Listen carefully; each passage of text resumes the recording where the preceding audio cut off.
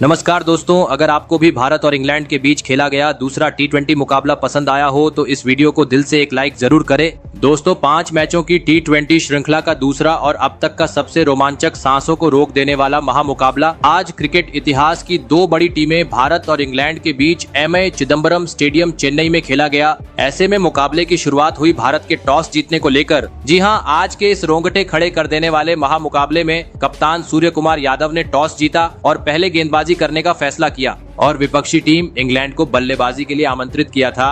फिर मुकाबला शुरू हुआ। रनों की बारिश करने के इरादे से इंग्लैंड की ओर से बेन डकेट और फिलिप सॉल्ट ओपनिंग बल्लेबाजी करने के लिए मैदान में उतरे। दोस्तों, इन दोनों ही बल्लेबाजों के कंधों पर इस महामुकाबले में अपने टीम को एक विस्फोटक ओपनिंग शुरुआत दिलाने की बड़ी जिम्मेदारी थी। लेकिन दोस्तों, इस दूसरे टी20 मुकाबले में एक बार फिर इंग्लैंड की शुरुआत काफी खराब रही। जी हाँ, और आते ही पहले ओवर की चौथी गेंद पर टीम इंडिया के तूफानी गेंदबाज अर्शदीप सिंह ने फिलिप सॉल्ट को बाउंड्री पर वाशिंगटन सुंदर के हाथों कैच आउट करवाते हुए इंग्लैंड को पहला झटका दे दिया। आपको बता दें, फिलिप सॉल्ट आज मात्र 4 ही रन बना सके। ऐसे में जल्दी ही बड़ा झटका लग जाने के बाद अब मैदान में उतरे इंग्लैंड के कप्तान जॉस बटलर और आते ही तीसरे ओवर में जॉस बटलर ने अपने हाथ खोलते हुए गेंदबाजी करने आए अर्शदीप सिंह की बुरी तरह पिटाई कर दी और इस ओवर में 2 करारे चौके और एक आसमानी छक्का जड़ते हुए 16 रन बटोर डाले और 3 ओवर में ही टीम को 26 रनों के पार पहुंचा दिया। लेकिन दोस्तों, दूसरी छोर पर खड़े ओपनिंग बल्लेबाज बेन डकेट ज्यादा वक्त तक भारतीय गेंदबाजों के सामने नहीं टिक पाए और चौथा ओवर लेकर आए वाशिंगटन सुंदर की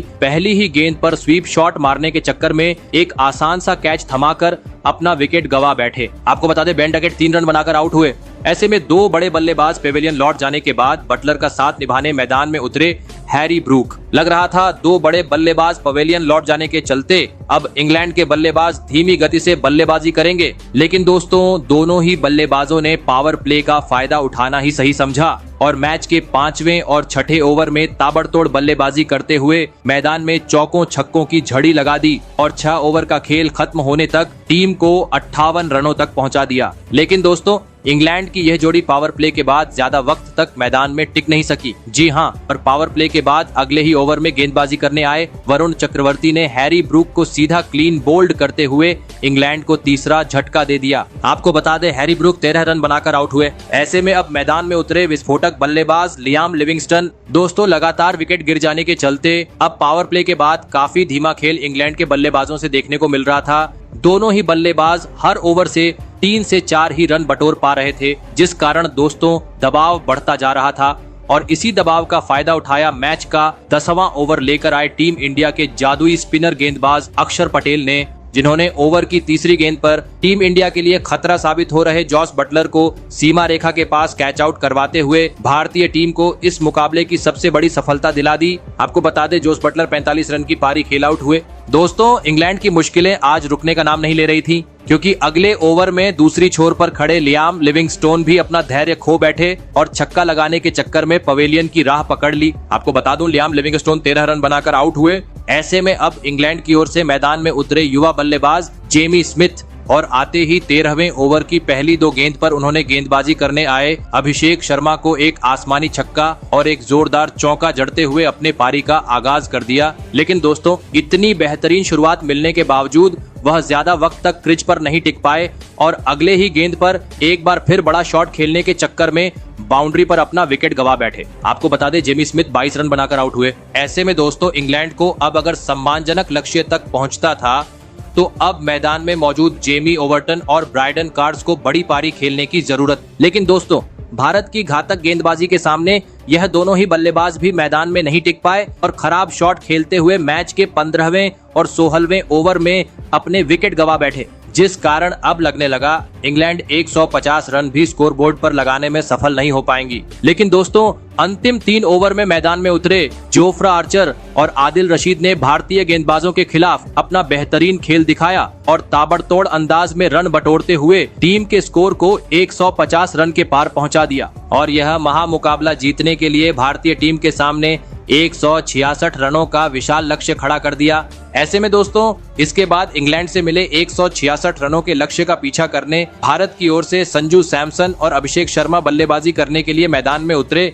दोस्तों इंग्लैंड ने दिया हुआ लक्ष्य बड़ा था, ऐसे में दोनों ही बल्लेबाजों पर विस्फोटक अंदाज में शुरुआत दिलाने की बड़ी जिम्मेदारी थी और ऐसा ही कुछ देखने को भी मिला। जी हां, आते ही ओपनिंग बल्लेबाज अभिषेक शर्मा ने जोफ्रा आर्चर पर दबाव बनाते हुए पहले ही ओवर में 3 करारे चौके जड़ दिए। लेकिन दोस्तों इतनी बेहतरीन शुरुआत मिलने के बावजूद वह अपने परी को ज्यादा वक्त आगे नहीं बढ़ा पाए और दूसरे ओवर में मार्क वुड की गेंद पर एलबीडब्ल्यू आउट होते हुए अपना कीमती विकेट गवा बैठे। आपको बता दें अभिषेक शर्मा 12 रन बनाकर आउट हुए। वहीं दोस्तों अभिषेक शर्मा के आउट होने के बाद दूसरी छोर पर खड़े संजू सैमसन भी इस दूसरे टी20 मुकाबले में टीम के लिए कुछ खास योगदान नहीं दे पाए और अगले ही ओवर में गेंद को सीमा रेखा के पार पहुंचाने के चक्कर में कैच आउट होते हुए पवेलियन लौट गए। आपको बता दें संजू सैमसन आज मात्र 5 ही रन बना सके। ऐसे में दोनों ही ओपनिंग बल्लेबाज पवेलियन लौट जाने के बाद अब मैदान में उतरे कप्तान सूर्य कुमार यादव और तिलक वर्मा। और दोस्तों आते ही इन दोनों ही बल्लेबाजों ने इंग्लैंड के गेंदबाजों के परखच्चे उड़ाते हुए मैदान में चौकों छक्कों की बरसात कर दी।